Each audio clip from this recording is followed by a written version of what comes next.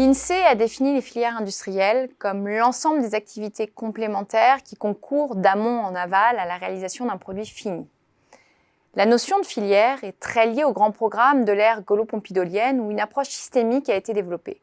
Maîtriser les approvisionnements et la production afin de garantir l'indépendance du pays. Cette logique, très liée à la stratégie de planification, a permis de développer des biens qui ont ou qui participent au rayonnement de la France, comme le Concorde, puis l'Airbus, le TGV ou encore le nucléaire.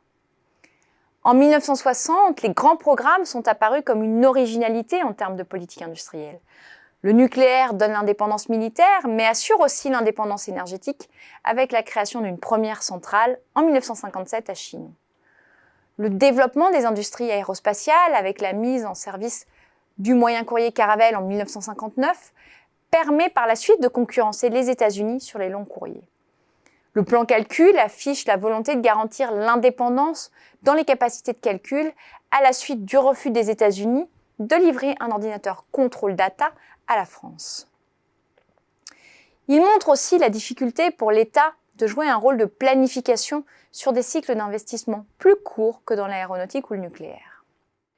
À chaque fois, dans ces programmes, des moyens financiers sont alloués pour la R&D, des transferts de technologies sont réalisés et des coopérations seront par la suite développées sous Georges Pompidou.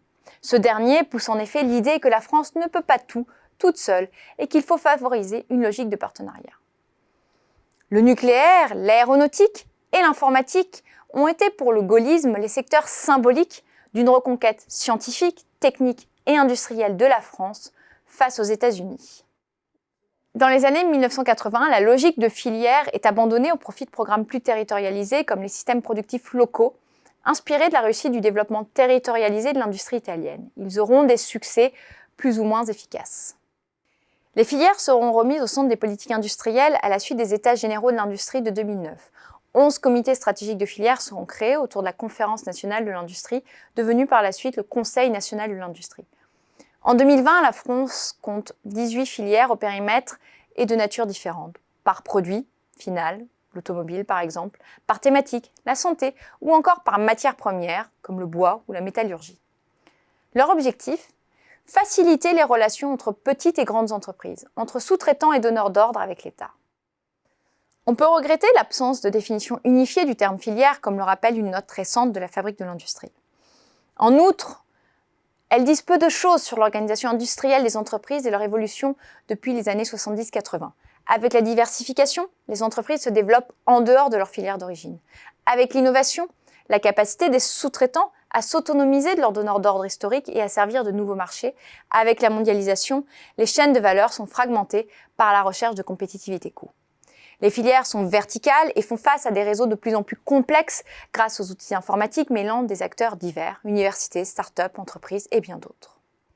Par ailleurs, la notion de filière reste un concept très français. Les filières sont nombreuses avec un découpage réducteur de la complexité. Elles sont pilotées par les grands donneurs d'ordre, laissant peu de place aux PME.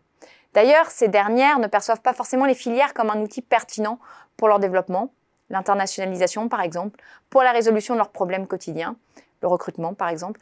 Elles s'appuient plus souvent sur leur fédération ou leur écosystème local pour les aider. L'existence d'une hétérogénéité dans les modes de financement des filières fait que certaines sont plus accompagnées et reconnues que d'autres. La filière reste un outil pertinent à certains égards, mais il n'est pas totalement satisfaisant. S'il y a des bonnes pratiques dans chaque filière à valoriser, il est également nécessaire de développer d'autres choses, comme une notion de coopération, une solidarité entre les acteurs d'une chaîne de valeur. Une culture du partenariat entre les acteurs, sûrement par le biais des fédérations qui ont souvent un ancrage territorial plus fort que les filières. Faire évoluer les relations entre grands groupes et PME pour aller vers une vraie coopération, des relations plus équilibrées, un soutien au développement des PME à l'international sur le modèle allemand, le développement de réseaux territoriaux de compétences pour stimuler la capacité d'innovation à l'échelle territoriale. Avec les filières, nous partons du principe qu'il s'agit de l'unité pertinente pour penser l'avenir économique du pays. Mais nous entretenons aussi un fonctionnement siloté à l'heure où il faut sortir de son écosystème classique pour trouver de nouveaux leviers de création de valeur. Avec les filières, on organise, on institutionnalise, puis on développe des projets. Pourquoi ne pas faire l'inverse ? Identifier des projets, puis définir la meilleure organisation pour les porter. avec des objectifs clairs et limités dans le temps. Créer ou renforcer des écosystèmes industriels locaux, comme il en existe déjà, est aussi une solution. Favoriser la collaboration entre ces écosystèmes en mettant en place des outils, des plateformes, mais aussi des points de rencontre entre entreprises, y compris concurrentes. Finalement, le problème n'est pas tant d'avoir des filières que d'avoir une vision stratégique de long terme avec le développement des organisations et des collaborations correspondant à nos ambitions industrielles. Cherchons à définir un projet collectif sur l'avenir de notre pays et la finalité de l'industrie dans ce projet, puis mettons en place les outils adéquats. Aujourd'hui, nous avons beaucoup d'outils, mais nous avons encore des ambitions collectives trop peu définies.